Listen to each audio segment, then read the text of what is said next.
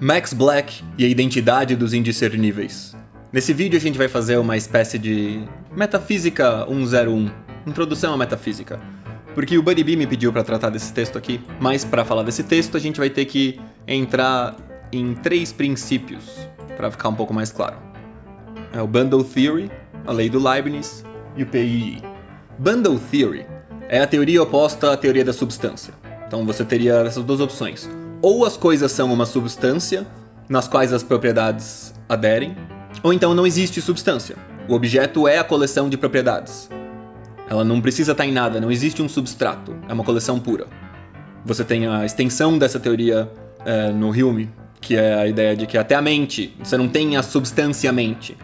A mente é o feixe de percepções e tudo mais, entendeu? Ela não tem uma substância que une todas as coisas que compõem ela.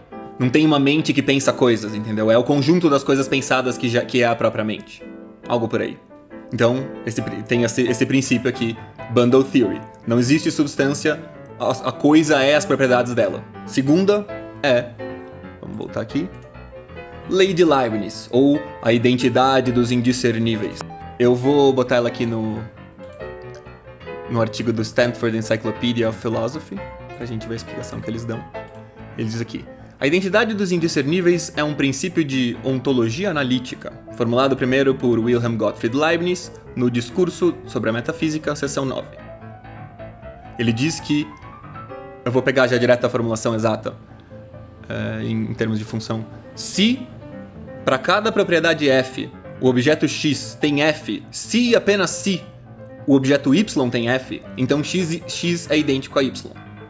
Outra forma de ver esse princípio do Leibniz é o princípio da dissimilaridade do diverso, do McTaggart, que é, se x e y são distintos, então tem pelo menos uma propriedade do x que o y não tem, e vice-versa. Ou vice-versa. E aí você tem o terceiro, o PII, que seria o converso do princípio da lei do Leibniz, chamado de indiscernibilidade dos idênticos. E aí a gente chega então ao texto do Max Black, a identidade dos indiscerníveis. O experimento mental que ele faz aqui no texto imagina um universo em que só existam 2 objetos, e eles são idênticos. São 2 esferas perfeitas idênticas. E daí a questão é, elas são o mesmo objeto? Ou elas têm exatamente as mesmas propriedades, mas elas são distintas? Elas contam como o mesmo objeto ou não? Ele chama ela de Castor e Pollux, são os 2 nomes das esferas. E você tem, no Max Black, você tem todo o debate entre... É um diálogo, né? Entre o cara que acredita na identidade dos indiscerníveis e o cara que não acredita. Me parece uma referência àquele texto... Esqueci qual texto que é.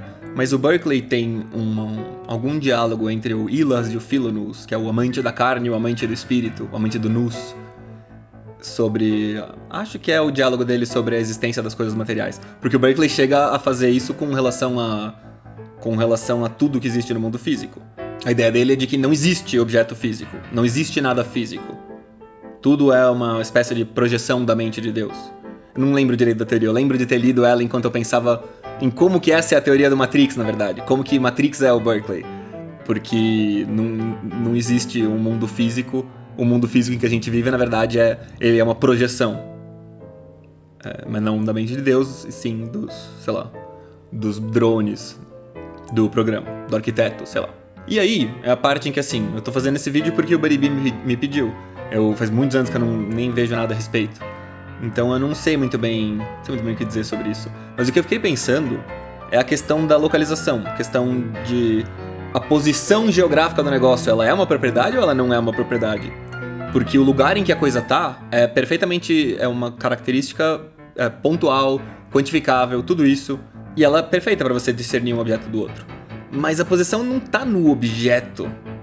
Não faz sentido para mim dizer que a posição é uma propriedade do objeto num sentido mais verdadeiro da coisa. E é só as coisas estarem em lugares distintos que você consegue discernir. E daí você pensa, o meu problema com essa história do universo, eu não li o texto, né, não deu tempo, mas o meu problema com essa história do universo ter 2 objetos distintos, se eles estão separados, por definição, é porque existe espaço.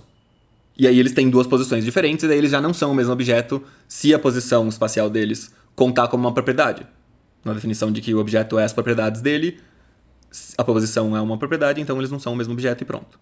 Mas é isso, galera. Espero que o Buddy não fique muito chateado que eu não sou nenhum gênio desse assunto, só quis trazer aí pra vocês uma introduçãozinha. E é isso aí, até a próxima. Vejo vocês nas lives.